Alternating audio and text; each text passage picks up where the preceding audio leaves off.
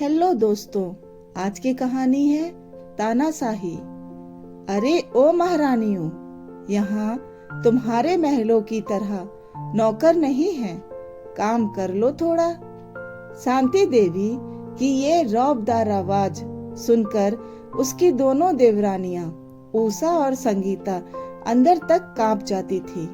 जरा सी फुर्सत के पल भी वो दोनों एक साथ नहीं गुजार सकती थी। दोनों के पति पंकज और शरद अपने बड़े भाई श्यामचरण के साथ एक ही दुकान पर काम करते थे। बात दोनों तरफ एक जैसी थी। वहाँ दुकान पर दोनों भाई अपने बड़े भाई से एक शब्द नहीं बोल सकते थे, और यहाँ घर पर दोनों बहुएं अपनी सास कम जेठानी से एक शब्द नहीं बोल सकती थी। सास को तो दोनों ने देखा ही नहीं था, और जेठानी तो केवल नाम की ही शांति देवी थी। दोनों भाइयों का श्यामचरण के आदेश पर दुकान के काम में लगे रहना और घर में शांति देवी के आदेश पर उषा और संगीता का घर के कामों में लगे रहना अब इन सब की नियति बन चुका था। हालांकि पंकज और उषा की शादी को अभी 1 साल और संगीता और शरद की शादी को सिर्फ 6 महीने हुए थे। दोनों देवरानियां देर रात तक घर का काम निपटाती तो भी अपने हारे थके पतियों से कोई शिकायत नहीं कर पाती थी। लेकिन पतियों को वो सब पता था, पर वो विवशता से कुछ न कह पाते।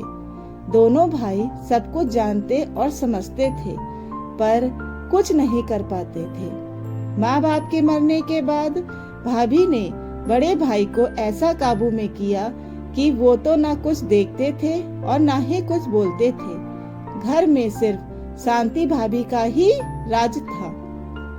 बड़े भाई के 2 बच्चे थे, एक लड़का एक लड़की। दोनों भाई अपने भतीजे और भतीजी पर जान छिड़कते थे, पर भाभी ने कभी अपने देवरों को नौकर से ज्यादा कुछ नहीं समझा। हर बात में दुर्व्यवहार करना भाभी की आदत सी बन गई थी।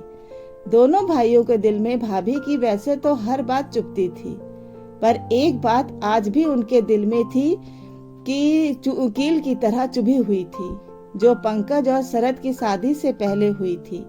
हुआ यूं कि एक दिन तीनों भाई एक साथ खाना खाने बैठे।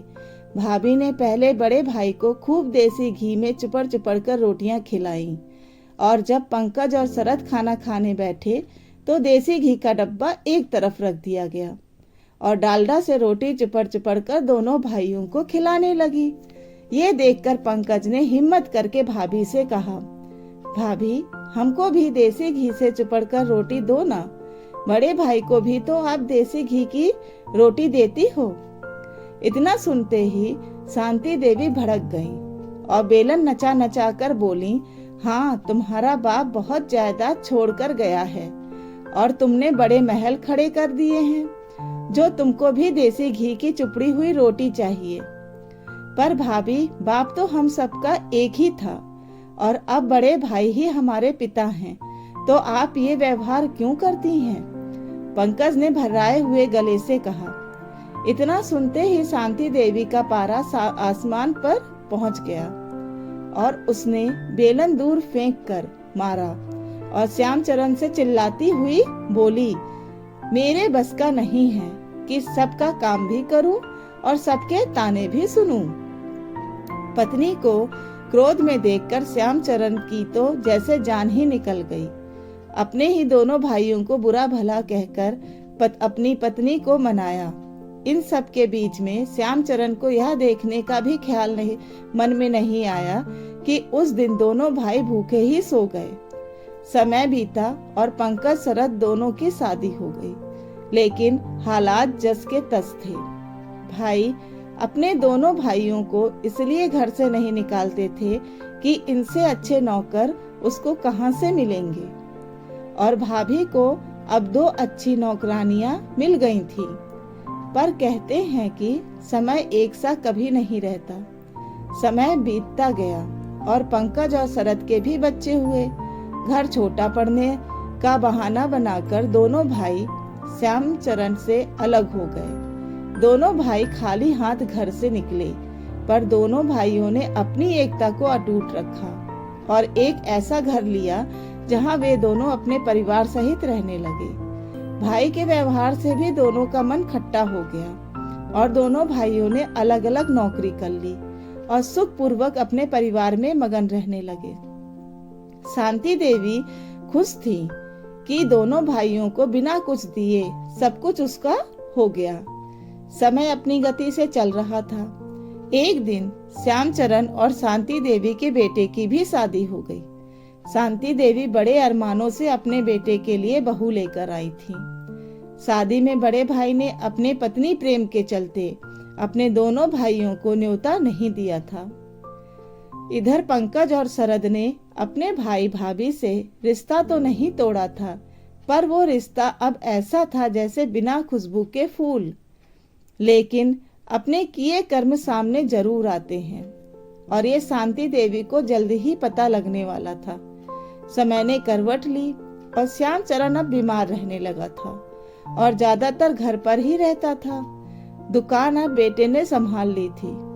एक दिन बेटा खाना खा रहा था और बहू बड़े प्यार से खूब घी चुपड़ कर अपने पति को रोटियां खिला रही थी। शांति देवी श्यामचरण के पास बैठी हुई ये सब देख रही थी। बेटे के खाना खाने के बाद श्यामचरण खाना खा रहे थे। बहू रोटियां बना कर श्यामचरण की थाली में रखती जा रही थी। रोटियां नाम मात्र की चुपड़ी हुई और जली जली सी बन रही थी।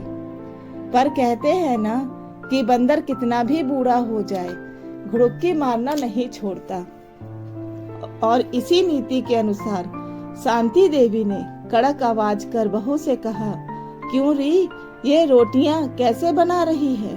तेरी माँ ने क्या ऐसी ही रोटी बनानी सिखाई है? बस इतना सुनना था कि बहू रानी रसोई से बेलन लहराती हुई आई और शांति देवी पर बरस पड़ी। देखो सासू माँ, मेरी माँ पर मत जाना, और रही बात मेरी माँ ने क्या सिखाया है, तो उन्होंने जो सिखाना था वो सीख चुकी। अब मुझसे बात करो। और क्या हो गया? जो जरा सी रोटी जल गई, खा लोगे तो कुछ हो तो नहीं जाएगा। जो सारा दिन अपना हाड़ गलाता है रहता है, दुकान पर उसका ध्यान करूं या इनका जो सारा दिन घर में पड़े रहते हैं। श्यामचरण खाना बीच में ही छोड़कर अपने कमरे में चले गए।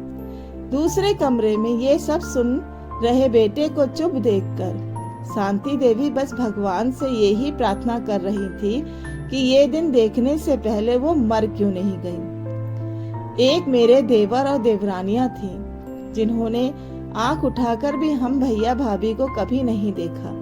जवाब देने की तो बात बहुत दूर रही, और आज मेरी बहू ही। उस दिन के बाद शांति देवी की आवाज तो जैसे चली ही गई। जैसे बहू और बेटा चला रहे थे, उसी तरह ही जिंदगी को चलाने का शांति देवी और श्यामचरण ने समझौता कर लिया। शांति देवी की तानाशाही को अब विराम लग चुका था। शांति देवी अब अपनी देवरानियों के बीच उपहास और दया का पात्र बन गई थी। घड़ी घड़ी पुरानी बातों में खो जाना अब उसकी आदत बन चुकी थी। धन्यवाद। अगर आपको मेरी कहानियाँ अच्छी लगती हैं तो प्लीज इन्हें लाइक करिए और मेरे चैनल को सब्सक्राइब और शेयर करिए।